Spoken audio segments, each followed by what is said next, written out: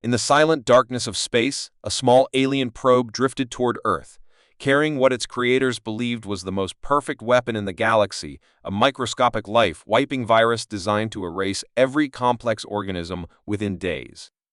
They called it the Cleanser, a masterpiece of bioengineering that had ended civilizations on dozens of worlds without warning or mercy. It slipped through Earth's atmosphere unnoticed, spreading on the wind, settling over cities, forests, and oceans with invisible precision.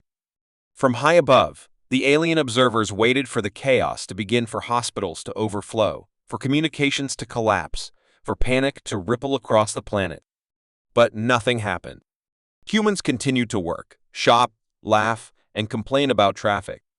The only visible effect was a sudden increase in sneezing and watery eyes, which most people shrugged off as an unusually bad allergy season. News channels joked about the year of hay fever, and life went on as normal. The aliens watched in confusion, their flawless weapon apparently failing against a species that didn't even know it was under attack. Somewhere deep in the control chambers of the alien fleet, unease began to grow, because if the virus wasn't working, then the humans weren't just surviving. They were resisting. From their hidden ships in high orbit, the alien scientists studied the results with growing disbelief. The virus was everywhere, confirmed by their sensors to have infected billions of humans within days. On any other world, this would have been the end: mass death, collapsing cities, and a planet falling silent. But here, nothing matched their predictions. Instead of fever, organ failure, and death, the humans showed nothing worse than mild sneezing, red eyes, and a runny nose. The aliens increased their surveillance, sending stealth drones into Earth's atmosphere to collect air, water, and blood samples. The data they received made no sense. The human immune system wasn't just resisting the virus, it was dismantling it in hours, adapting with speed the aliens had never seen before. Antibodies were forming faster than their most advanced simulations thought possible, as if the human body had already fought this battle 1,000 times. This was not luck, and it was not coincidence. Something in the human's biology was not only prepared for this attack, but almost bored by it, treating their perfect weapon like a minor irritation. The more the aliens studied, the clearer it became Earth's dominant species had been trained by something far worse.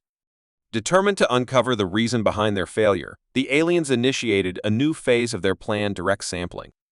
In the quiet hours of the night, small cloaked crafts swept across Earth, abducting a handful of humans from different continents.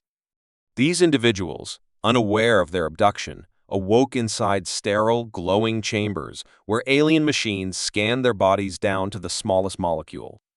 The data flowed into the alien mainframes, and what they found was unlike anything in their records. Human DNA was not a clean, ordered code, it was a battlefield, a chaotic archive filled with the scars of endless wars fought at the microscopic level.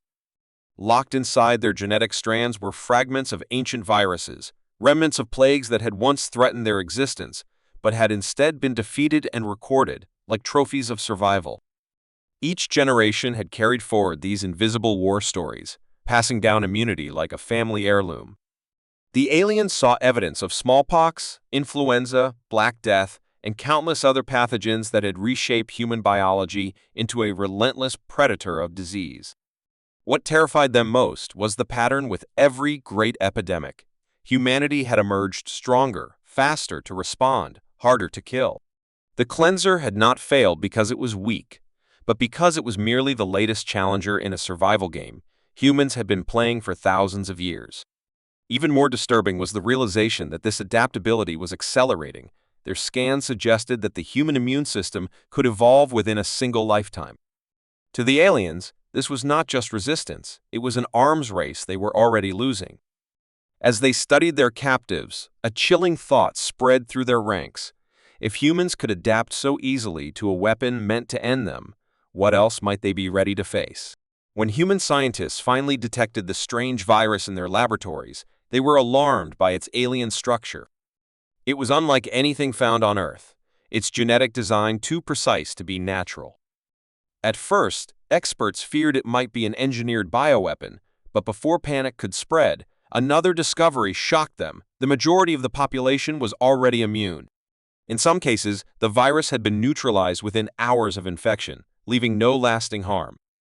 This resilience puzzled human researchers, but also sparked a wave of determination.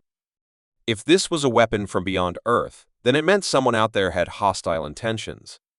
Governments quietly convened emergency meetings, activating secret defense protocols long kept hidden from the public. Satellites were recalibrated to scan for cloaked objects in orbit, and deep space radar systems began sweeping the skies with renewed focus. In hidden military complexes, dormant space defense projects were brought online, some dating back to the earliest days of the space race. Meanwhile, geneticists studied the virus, mapping every sequence, every flaw, until they could design countermeasures in record time, not because they needed them now, but because they might need them later. The virus had failed to weaken humanity, but it had done something far more dangerous for its creators. It had given humans proof that they were being watched, studied, and targeted.